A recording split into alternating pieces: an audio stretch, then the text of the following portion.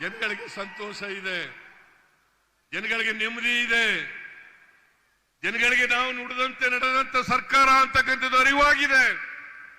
ಅದರಿಂದ ಯಾವ ಆಕ್ರೋಶನೂ ಇಲ್ಲ. ಇವತ್ತೇನಾದ್ರೂ ಬೆಲೆ ಏರಿಕೆ ಆಗಿದ್ರೆ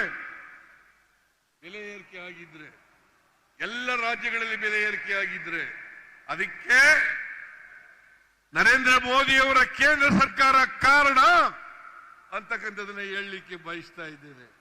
ಇವತ್ತು ಪೆಟ್ರೋಲ್, ಡೀಸೆಲ್, ಗ್ಯಾಸ್, ಗೊಬ್ಬರ, ನಾನು ಒಂದು ಮಾತನ್ನ ಹೇಳಲಿಕ್ಕೆ ಬಯಸ್ತಾ ಇದ್ದೇನೆ. 2014ರಲ್ಲಿ 10 ತೊಲಾ ಚಿನ್ನ 28,000 ರೂಪಾಯಿ. ಇವತ್ತೆಷ್ಟಿದೆ ಚಿನ್ನ? 95,000 ರೂಪಾಯಿ. ಬೆಳ್ಳಿ 43, 1 ಕೆಜಿ ಬೆಳ್ಳಿಗೆ 43,000 ರೂಪಾಯಿ ಇತ್ತು. ಇವತ್ತು 94,000 ರೂಪಾಯಿ. ನರೇಂದ್ರ ಮೋದಿಜಿ ಗ್ಯಾಸ್ ಬೆಲೆ 2014ರಲ್ಲಿ 414 ರೂಪಾಯಿ, 414 ರೂಪಾಯಿ. ಇವತ್ತು 879 ರೂಪಾಯಿ. 1,000 ರೂಪಾಯಿನೂ ಮುಟ್ಟಿತ್ತು, 1,000 ರೂಪಾಯಿ ಮುಟ್ಟಿತ್ತು. ಈಗ ಕಡಿಮೆ ಆಗಿದೆ. ಡಾಲರ್ಸ್ ಬೆಲೆ, ನಮ್ಮ ರೂಪಾಯಿ ಬೆಲೆ, ಅವತ್ತು ಡಾಲರ್ಸ್ ಬೆಲೆ 2014ರಲ್ಲಿ 59 ರೂಪಾಯಿ ಇತ್ತು. ಇವತ್ತು 87 ರೂಪಾಯಿ. 87 ರೂಪಾಯಿ.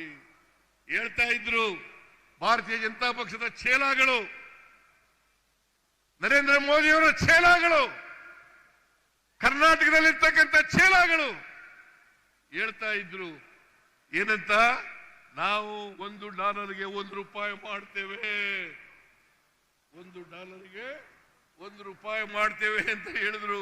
ಇವತ್ತು 59 ರೂಪಾಯಿ ಇದ್ದದ್ದು 87 ರೂಪಾಯಿ ಇದೆ.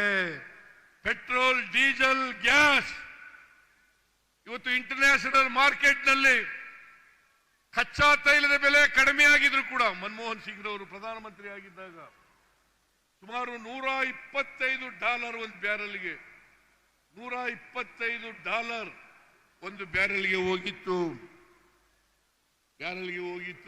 ಆದರೆ ಈಗ $65 ಒಂದು ಬ್ಯಾರಲ್ಗೆ. ಅದು ಜನಗಳಿಗೆ ವರ್ಗಾವಣೆ ಆಗಲಿಲ್ಲ.